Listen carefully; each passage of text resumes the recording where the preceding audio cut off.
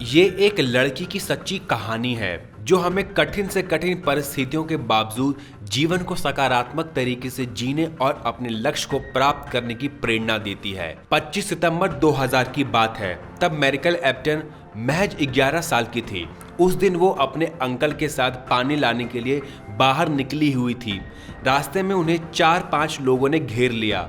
उनके हाथों में धारदार हथियार थे। उन्होंने अंकल से जमीन पर झुक जाने के लिए कहा और उन्हें बेरहमी से मारने लगे। ये देख मैरिकल सदमे में आ गई। वो उन लोगों को जानती थी, वे उसके पड़ोसी थे। उसे लगा कि अब उसकी जान भी नहीं बचेगी और वो उनसे बचकर भागने लगी। पर वो छोटी थी और हथियारे आसानी से उस तक पहुंच गए। वो चिल्लाने लगी, कुया, बागपो, बागनायो, एकांग टैगीन, मावा वो कोई ना एकीन, मुझे मत मारो, मुझ पर दया करो। पर उन दरिंदों ने उसकी एक ना सुनी और उनमें से एक ने गले पर चाकू से वार किया। मैरिकल जमीन पर गिरकर बेहोश हो गई।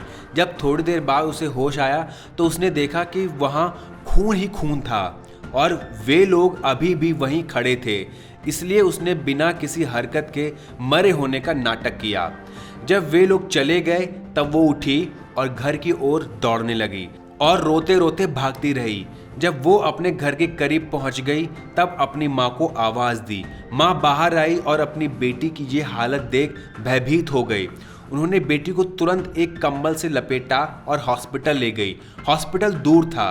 पहुंचते पहुंचते काफी वक्त बीत गया।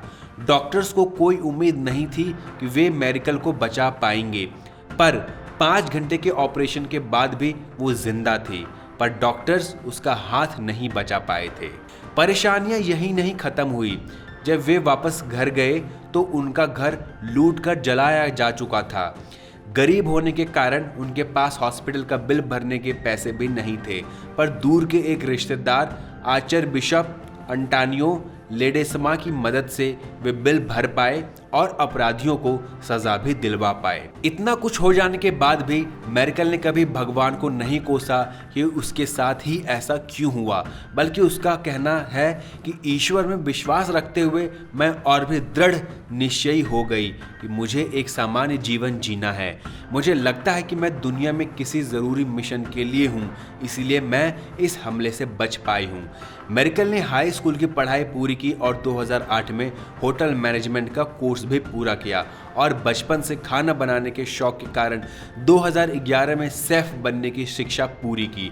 इतनी बड़ी डिसेबिलिटी के बावजूद जीवन में आगे जाने के जज्बे को आसपास के लोग नज़रअंदाज नहीं कर सकते थे और जल्द ही मैरिकल को मीडिया हाईलाइट करने लगे।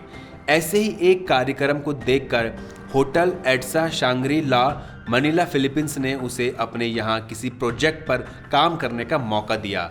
मैरिकल के साथ काम करने वाले शेफ अल्जामिजी बोर्जा बताते हैं, वो मदद के लिए सिर्फ तभी पुकारती है जब उन्हें कोई गर्म पात्र हटाना होता है या किसी शीशे की चिकना ढक्कन खोलना होता है। मैरिकल आज भी उसी होटल में बतौर शेफ काम करती है और अपने जज्बे के दम पर लाखों करोड़ों लोगों को प्रेरित करना चाहती है।